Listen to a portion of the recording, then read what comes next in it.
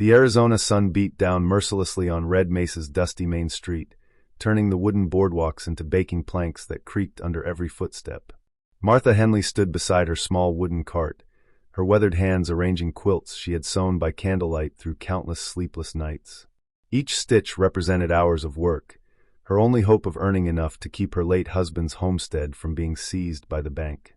The quilts were beautiful, adorned with patterns inspired by the desert flowers that bloomed briefly after rare rainstorms, but beauty meant nothing when your dress was patched and your shoes worn through at the heels. Across the street, Eleanor Pritchard stepped out of the general store, her silk dress rustling, her parasol shading her from the relentless heat. Eleanor was the wife of cattle baron William Pritchard, whose ranch sprawled across thousands of acres outside town. She spotted Martha, and her eyes narrowed with disdain.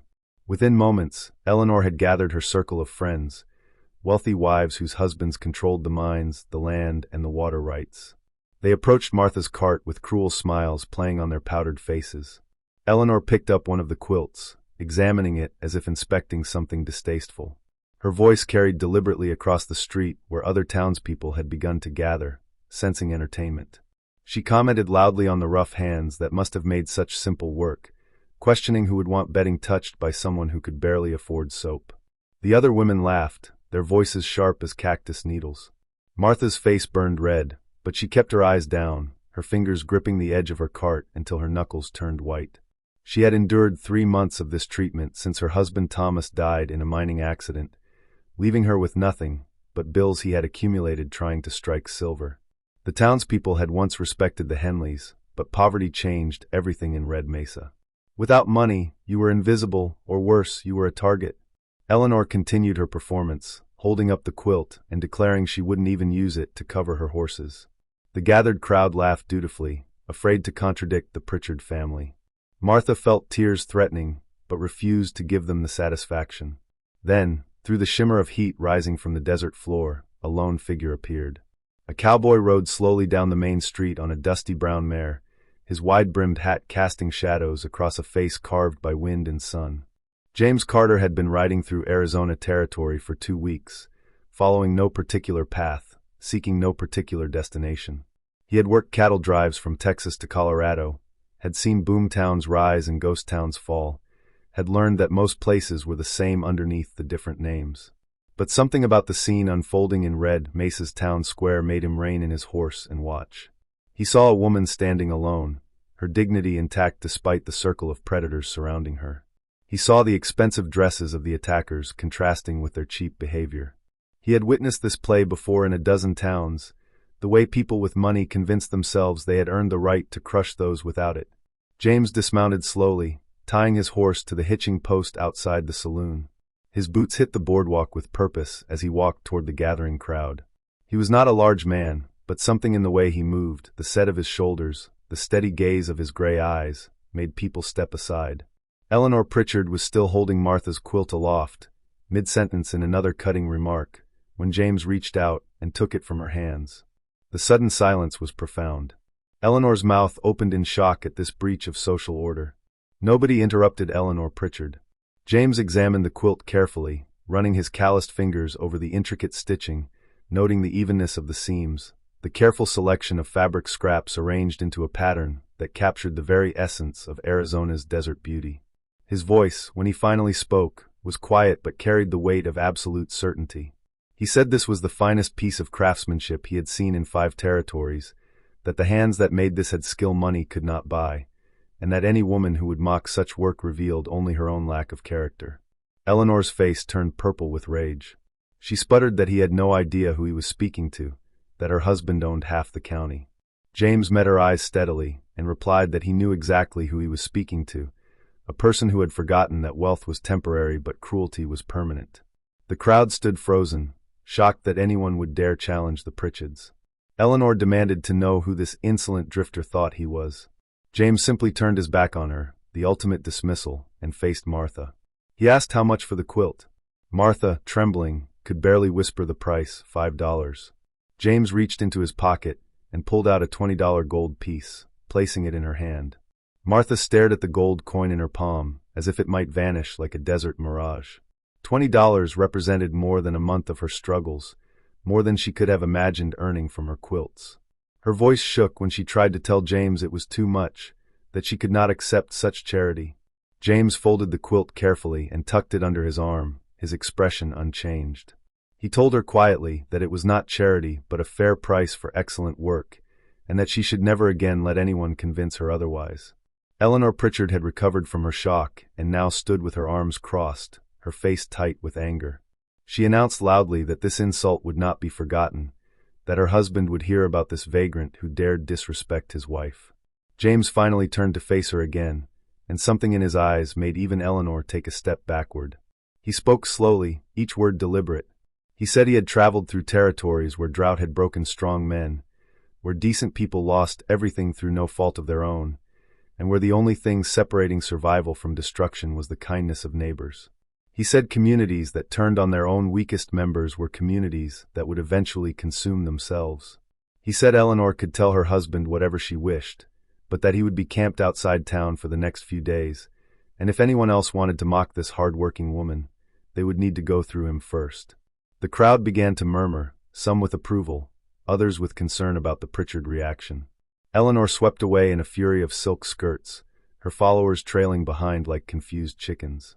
Martha stood beside her cart, the gold coin clutched in her hand, tears now flowing freely down her weathered cheeks. She tried to thank James, but he waved away her words gently. He asked if she had more quilts at home. Martha nodded, confused. James suggested that perhaps the problem was not the quality of her work, but the location of her market. Red Mesa might be blind to value, but he knew other towns, mining camps, railway workers who would pay well for such craftsmanship. He offered to help her reach those markets if she was willing. For the first time in months, Martha felt something she had almost forgotten, hope blooming like a desert flower after rain. The following week transformed Martha Henley's life in ways she never imagined possible. James kept his word, camping just outside Red Mesa's borders, but each morning he would ride into town and help Martha load her cart with quilts, tablecloths, and embroidered pillowcases she had created over lonely months. Together they traveled to the mining camps in the foothills, where men living in rough conditions paid generously for items that reminded them of distant homes and families. They visited the railway construction sites where workers, flush with wages, bought gifts to send back to wives and mothers. Martha's craftsmanship spoke for itself, and James's quiet presence ensured she received fair prices and respectful treatment. Word spread through Red Mesa about the widow's unexpected success. Some townspeople, those who had silently sympathized with Martha but lacked courage to defend her, now approached with apologies and orders for custom work. Others, particularly those in Eleanor Pritchard's circle, maintained their cold distance, but their mockery had ceased. The Pritchards themselves remained conspicuously silent, perhaps recognizing that attacking Martha now would only highlight their previous cruelty. On the evening before James planned to ride on to his next destination, Martha insisted he join her for dinner at her small homestead. The house was humble but clean, and she had prepared a meal with care, wanting to express gratitude beyond words. As they sat at her simple wooden table, Martha's voice trembled as she told him he had given her more than money. He had restored something she thought lost forever, her sense of worth. James shifted uncomfortably and used to such direct emotion. He said quietly that he had done nothing special, only treated her as any decent person deserved. Martha shook her head firmly, explaining that in her darkest moments, she had begun believing what the town said about her, that poverty had made her worthless. James had shown her the lie in that belief. As the Arizona sunset painted the sky in shades of orange and purple visible through her window, James admitted something he rarely shared. He told her about losing his own family years ago, about how grief and hardship had taught him that a person's value had nothing to do with their circumstances. He had seen wealthy people with hearts like stone, and poor people with spirits like gold. Character revealed itself not in prosperity but in struggle, and Martha's quiet dignity under cruelty had shown him strength worth defending. When James rode out the next morning, Martha stood watching until he disappeared into the desert shimmer, her hand raised in farewell. Her cart was empty, sold out completely, and her purse held enough money to pay the bank and start rebuilding. But more valuable than any coin was the lesson she would carry forever, that respect cannot be purchased or inherited, only earned through how we treat others, especially when no one is watching. In Red Mesa, the story of the widow and the cowboy became legend, a reminder that sometimes justice arrives on horseback, with fire in its eyes and compassion in its heart. 3 weeks after James Carter rode out of Red Mesa, Martha Henley's life had settled into a rhythm she had never dared imagine. Her small homestead, once a source of shame with its peeling paint and sagging fence, now showed signs of careful repair. She had hired young Timothy Brooks, the blacksmith's apprentice, to fix her gate and reinforce her porch. Her quilts had become so sought after that she now took orders weeks in advance, with customers traveling from as far as Tucson to commission her work. The bank had received full payment on Thomas's debts, and Martha had even opened a small account with her surplus earnings. But prosperity, she was learning, brought its own complications. William Pritchard sat in his ranch office, a glass of whiskey untouched on his mahogany desk, listening to his wife Eleanor recount yet again the humiliation she had suffered in town. For 3 weeks she had demanded he take action, but William was a practical man who had built his empire through calculated decisions, not emotional reactions. He had made inquiries about the drifter who had challenged his wife, and the responses troubled him. James Carter was known throughout the territory as a man of his word, someone who had walked away from profitable situations rather than compromise his principles, and someone whom other men respected deeply. Attacking such a man would create enemies William could not afford. However, Eleanor's daily complaints were wearing thin, and William needed to restore peace in his household. His solution was typically ruthless in its simplicity. If he could not punish the cowboy, he would redirect his wife's attention. He had learned that Martha Henley was negotiating to purchase the adjacent property to expand her workspace. That property belonged to Martin Yates, a farmer struggling with failed crops who owed William money. One word from Pritchard, and Yates would sell to someone else. William sent for Yates the next morning. The conversation was brief and clear. Yates would refuse Martha's offer and instead accept a higher bid from Jonathan Pierce, Eleanor's cousin who had recently arrived from California seeking investment opportunities. Yates protested weakly that he had already given Martha his word, but William reminded him of his outstanding loans and how quickly those could be called due. Yates left the ranch with slumped shoulders, knowing he had no choice. When Martha received word that her purchase had fallen through, she felt the familiar cold grip of disappointment. She had been so close to expanding, to creating a real business that could sustain her future. Timothy Brooks, delivering the news from town, mentioned that Pierce had outbid her significantly, and that Yates had seemed troubled but would not explain why. Martha sat at her kitchen table that evening, staring at the carefully saved money she had set aside for the land purchase. The setback felt personal, though she could not prove anything. She had learned through hard experience that people like the Pritchards played by different rules that favored those already in power. The thought of fighting such influence exhausted her, but giving up meant returning to the helpless woman she had been before James Carter reminded her of her own strength. The next Sunday, Martha attended church as usual, taking her regular seat in the back row where the less prosperous families gathered. Reverend Thomas Walsh delivered his sermon on compassion and community, words that rang hollow to Martha after recent events. But as the congregation filed out afterward, something unexpected happened. Samuel Green, who owned the feed store, approached Martha with his hat in his hands. His voice was quiet but firm as he apologized for his silence during her difficult months, admitting he had been a coward when she needed neighbors to stand with her. He was not alone. One by one, townspeople approached, some offering apologies, others asking about her business, several inquiring whether she needed help with anything. Martha realized that James's defense of her had planted seeds that were only now beginning to sprout. People had witnessed someone standing up to power, and it had awakened something in them. By Tuesday, Martha had received an unexpected visitor. Old Jacob Morrison, who owned a larger property on the other side of town, knocked on her door with a proposition. He had heard about her lost opportunity and wanted to offer an alternative.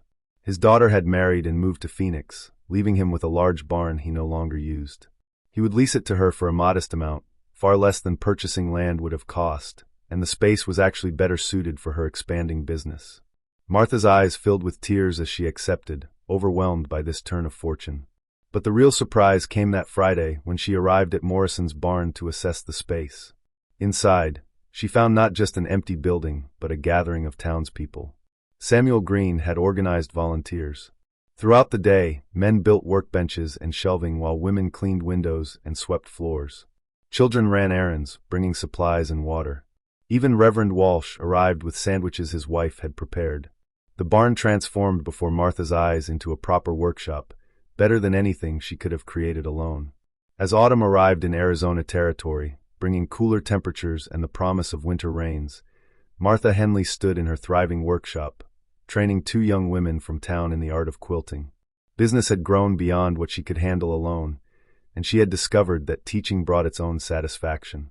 Sarah Mitchell and Clara Owens, both daughters of modest families, were learning not just stitching techniques but also business skills, how to calculate fair prices, negotiate with customers, and maintain quality standards.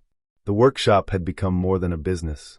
It had become a gathering place where women shared stories, supported each other through difficulties, and built genuine friendships across the social divisions that had once seemed permanent. Even some of the wealthier women, those who had stood silent during Eleanor Pritchard's mockery, now visited regularly, placing orders and occasionally staying to chat. Eleanor herself remained conspicuously absent, but her influence had waned considerably. One November morning, a familiar figure appeared in the workshop doorway. James Carter stood there, his hat in his hands, looking slightly uncomfortable with the attention his arrival generated. Martha's face lit up with genuine joy as she rushed to greet him. He explained he was passing through on his way to winter work in New Mexico and wanted to see how she was managing. As Martha showed him around the bustling workshop, introduced him to her apprentices, and shared stories of the community's transformation, James listened with quiet satisfaction. He admitted he had worried about leaving her alone to face the Pritchards' inevitable retaliation, but clearly his concerns had been unnecessary. Martha corrected him gently. His concern had been necessary, essential even, because his willingness to stand beside her when no one else would have shown the town what courage looked like. She explained that Samuel Green had confessed later that watching James defend her had shamed him into recognizing his own cowardice, and that shame had motivated him to organize the barn renovation. One act of courage, Martha said, had rippled outward, inspiring others to find their own bravery. Before James left, Martha insisted on giving him a new quilt, this one made specifically for him during quiet evenings. The pattern incorporated desert landscapes and open trails, symbolizing the wandering life he led. As she wrapped it carefully, she told him that he had taught her the most important lesson of her life, that dignity cannot be stripped away by circumstances or cruel words.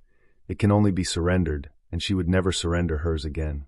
James rode out of Red Mesa that afternoon, the quilt secured behind his saddle, but this departure felt different. The town he left behind was not the same place he had found months earlier. Something fundamental had shifted. The weakest among them had been reminded of their worth, and the community had learned that standing together against injustice was not just right but necessary. In the years that followed, Martha Henley's workshop grew into one of Arizona Territory's most respected craft businesses. She eventually purchased property, expanded into other textile goods, and provided employment for dozens of women.